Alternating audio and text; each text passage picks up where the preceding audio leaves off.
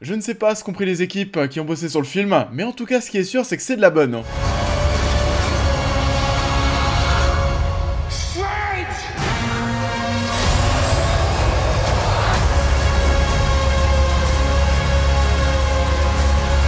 Bonjour à tous, j'espère que vous allez bien. Et ben écoutez, ma foi, c'est une grosse semaine Marvel et même une grosse journée, puisque oui, Doctor Strange numéro 2 est disponible au cinéma, mais aussi à côté de ça, la série Moon Knight se conclut. On en parlera très bientôt sur la chaîne, je vous conseille au passage de vous abonner. Au début de la semaine, de même, on est revenu sur les premières aventures de Doctor Strange dans le MCU.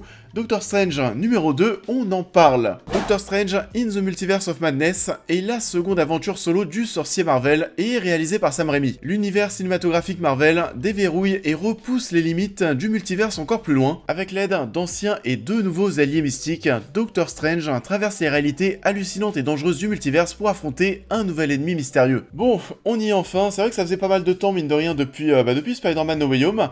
C'est un projet qui a pas mal de promesses sur ses épaules, déjà de 1 son réalisateur qui est ultra apprécié dans la galaxie Marvel après son travail sur la trilogie Spider-Man, mais aussi et surtout son titre qui parle de multiverse, qui est le cœur de cette nouvelle saga Marvel qui se lance après Endgame, puisqu'avant on parlait plutôt des pierres d'infinité. Du coup ouais, on a ces 2-3 petites choses qui font que même si No Way Home a généré plus de hype, j'avais plus d'attentes d'un point de vue qualitatif sur ce Doctor Strange numéro 2. On ne va pas faire durer le suspense plus longtemps, c'est meilleur, oui, que No Way Home, c'est meilleur qu'une petite majorité des projets Marvel MCU, même si attention, on n'est pas non plus dans le haut du panier, c'est un nouveau bon film pour l'univers avec une identité qui est assez marquée je dois dire.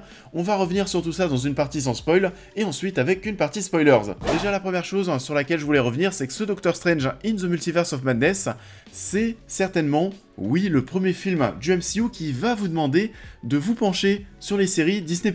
Et je parle principalement de WandaVision, vraiment, matez WandaVision si ce n'est pas déjà fait. Ok, Loki, What If, ça va vous sensibiliser au multiverse, même si je pense que No Way Home s'en est déjà chargé, mais ça reste un petit peu plus dispensable. Par contre, WandaVision, pour être plus en phase avec tout ce qu'il se passe dans l'esprit de Wanda, c'est essentiel, tu peux clairement sentir qu'il te manque un bout de l'histoire. Something's wrong here.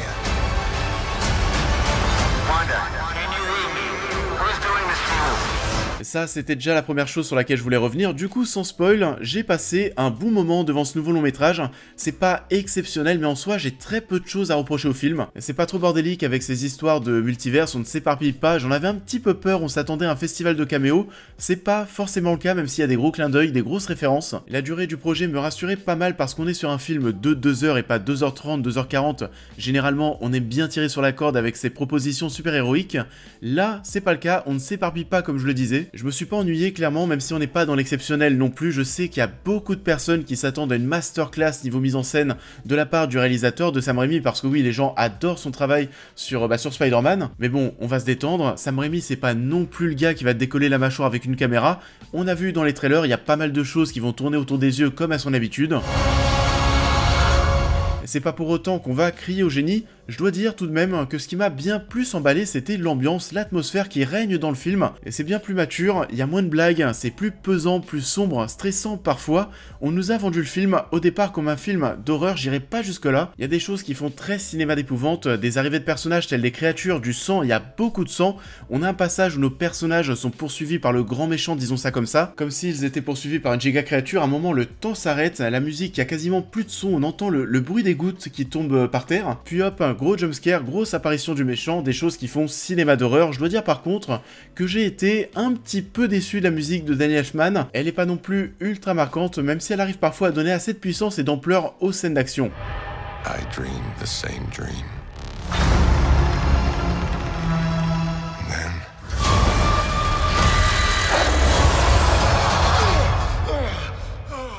L'ambiance visuelle est assez plaisante, il y a du travail, faut dire que c'est pas compliqué de passer après No Way Home et le travail de John Watts. Et c'est mieux shooté, il y a du taf sur la photo, sur l'éclairage, à certains moments on a aussi beaucoup de plans de travers, ça me plaît pas trop, mais ça permet de participer à tout ce délire un petit peu instable. On est trimballé en tant que spectateur dans tous les sens, comme Doctor Strange. Il y a une blague, un moment sur des effets psychédéliques. Ouais, je dois dire qu'il y a pas mal de choses qui ont l'air de tourner autour de la drogue. Il y a un moment l'image, tout comme l'esprit de Strange, commence à se déformer telle une vague, comme si on était, je sais pas, sous LSD, des passages colorés, des aberrations visuelles, on va dire ça comme ça, un troisième œil qui débarque sur un front de certains personnages. Ouais, c'est pas forcément un film que tu dois mater sous champi. Il y a moyen de délirer sinon je pense, enfin bref, je maintiens quand même, il y a beaucoup de choses qui ont l'air de tourner autour des effets de la drogue. Je sais pas si c'est les effets de multiverse, mais en tout cas c'est de la bonne.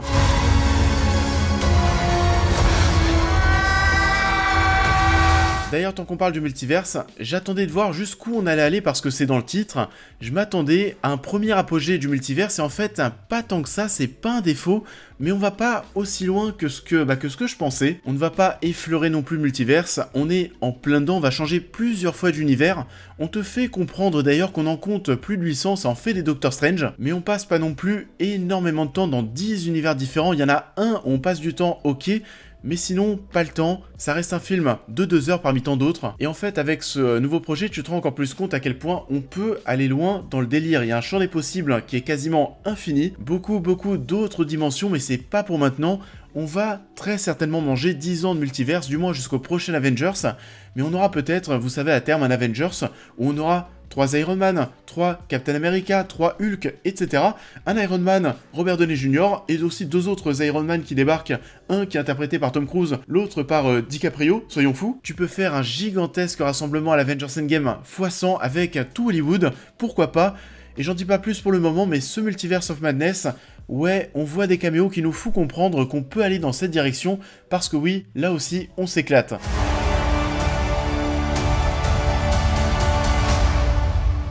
We should tell him the truth.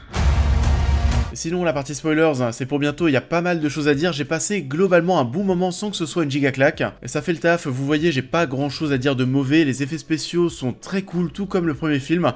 T'en prends plein les yeux, il y a peut-être des grosses incrustations de gros personnages qui là font un petit peu tâche, des gros golems, etc. etc. Et sur ce point, c'était pas ouf, mais pour le reste, c'est plutôt bien. Et on a aussi cette scène d'action qui a été dévoilée il y a quelques jours, avec ce faux raccord là, le figurant qui apparaît plusieurs fois.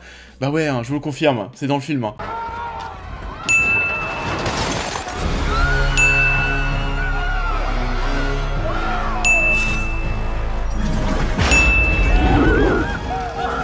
Et ça en est tout pour cette partie sans spoiler. Pour ceux qui vont nous quitter, n'oubliez pas de liker et de partager la vidéo, de vous abonner, de me suivre sur l'intégralité de mes réseaux sociaux. D'autocritique arrive. Et du coup, dans cette partie spoilers, on va revenir sur les personnages, sur des événements marquants et sur les scènes post-génériques. On spoil.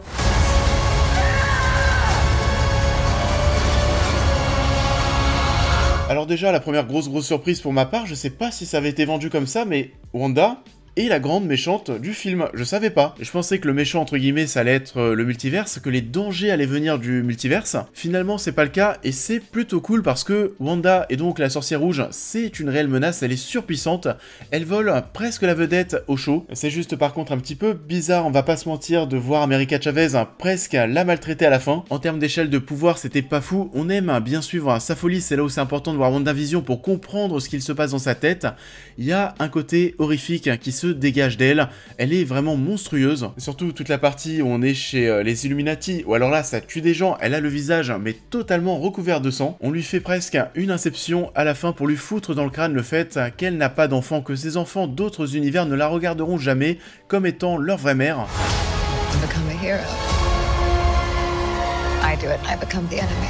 Visiblement elle se tue à la fin, ça reste un petit peu flou sur ce point mais ça fait pas trop fin de personnage donc je pense qu'on la reverra plus tard. Ça ne semble pas terminé.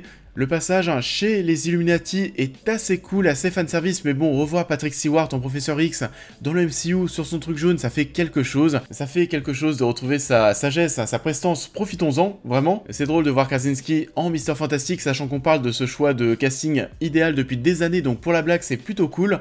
C'est là où je vous dis qu'on peut tout faire avec le multiverse. Si jamais les gens ont envie de voir DiCaprio en Tony Stark, et bah ça peut se faire. On a le retour de Peggy Carter en Captain, comme dans What If, le retour de Mordo, même si du coup le Mordo de la Terre 616, le Mordo principal, celui qu'on connaît, bah même si on le teasait à la fin dans les scènes post-génériques du premier film Doctor Strange en grand méchant, je pense pas que ça arrivera, je pense que ça on l'a un petit peu jeté aux oubliettes avec une phrase. On a une phrase de Doctor Strange à un moment qui dit que Mordo a consacré toute sa vie à essayer de le tuer, donc voilà, on s'en est débarrassé, c'est terminé. Du coup, on a ce petit passage assez fanservice, mais c'est pas du tout lourdeau, clairement, c'est une toute petite partie de ce Multiverse of Madness, et ça montre, comme je le disais, à quel point on peut s'éclater avec ce concept. America Chavez, je l'ai pas non plus aimé ou pas aimé, elle est là, voilà, elle est un petit peu cheatée sur la fin. Wong est toujours attachant. Rachel McAdams par contre a un meilleur rôle que dans le premier film. Elle faisait très potiche, c'était la petite amie de service. Là, elle humanise aussi beaucoup Doctor Strange. On nous offre d'ailleurs la nouvelle phrase de Lover à la mode. Après le « Je t'aime 3 familles » de Tony Stark, on a cette fois-ci le « Je t'aime » dans tous les univers. Ah là là, si c'est pas mignon. Et Benedict Cumberbatch est encore idéal dans le rôle, c'est pas une surprise, ça lui colle toujours à la peau, c'est intéressant de le voir dans 3-4 versions de Strange différentes. Puis c'est vrai aussi, mais j'en parlais après ma séance, il y a cette phrase qui revient pas mal. Es-tu heureux? Lié à ces histoires de multiverse et donc lié à l'histoire de Wanda qui se sert du multiverse pour aller chercher une réalité qui n'est pas la sienne et aller chercher son bonheur, ça fait un petit peu penser, je me permets quand même, je fais le parallèle, ça fait un petit peu penser à ce qui arrive à notre futur technologique avec le métaverse. Oui, je suis persuadé que beaucoup de gens pas forcément heureux dans leur vie et peut-être aussi un petit peu seuls, vont sentir l'utilité d'aller dans le métaverse pour rejoindre une vie qui n'est pas la leur, une vie qui les rendra plus heureux. Je fais ce petit parallèle, mais c'est vrai que le multiverse dans ce film fait un petit peu penser au métaverse. Après, j'espère que tout le monde ne finira pas comme Wanda, bien sûr.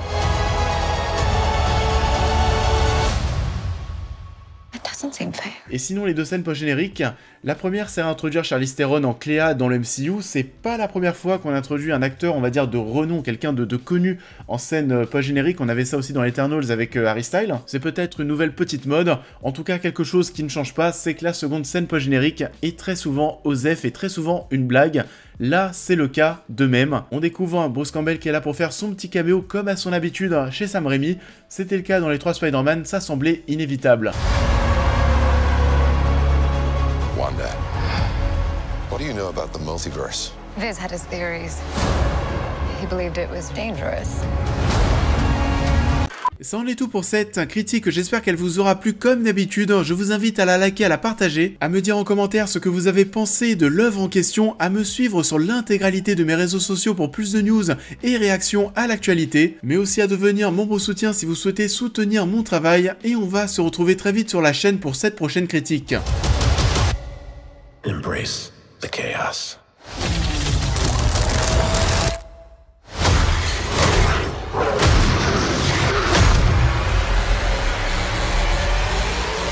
Et on va donc se retrouver très prochainement, je pense dès demain, pour parler de Moon Knight qui se conclut aujourd'hui sur Disney+. Au moment où je vous parle, je n'ai pas encore maté le dernier épisode, l'actualité Marvel est très chaude et on en parle bien sûr sur la chaîne. Je vous souhaite à tous une très belle continuité de semaine et je vous dis à très vite.